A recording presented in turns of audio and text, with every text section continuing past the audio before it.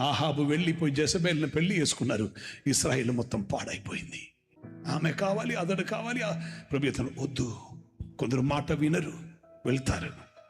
ఈరోజు పరిశుద్ధాత్మ దేవుడు నీతో ముందుగానే చెప్తున్నారు, మాట వినకపోతే నీ వంశముకు నీవే సమస్యను తెచ్చుకుంటారు.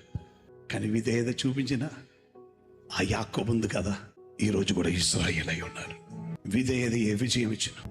మనం తన అడుగు జాడలలో నడవలసిన వారమని మనకు మాదిరి ఉంచు వెళ్ళారు ఒకరు, ప్రభు అయిన యేసు.